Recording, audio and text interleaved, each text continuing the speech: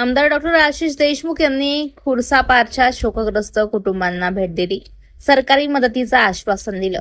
नागपूर बैतूल राष्ट्रीय महामार्गावर 15 ऑक्टोबरला झालेल्या भयानक रस्ता अपघातात सावनेर तालुक्यातील खुरसापार गावचे विवेक कुबडे, संदीप पाटे व अशोक काळे यांचा दुर्दैवी मृत्यू झाला.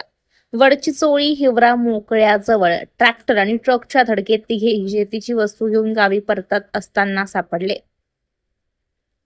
दिवाळीपूर्वीच कुटुंबातील प्रमुख सदस्य गमावल्याने गावात शोकाची लाट उसळली. या दुःखद घटनेची माहिती मिळताच 17 ऑक्टोबरला आमदार डॉक्टर आशिष देशमुख यांनी खुरसापार गावी जाऊन मृतकांच्या कुटुंबियांना वैयक्तिकरित्या भेटून सांत्वन केलं.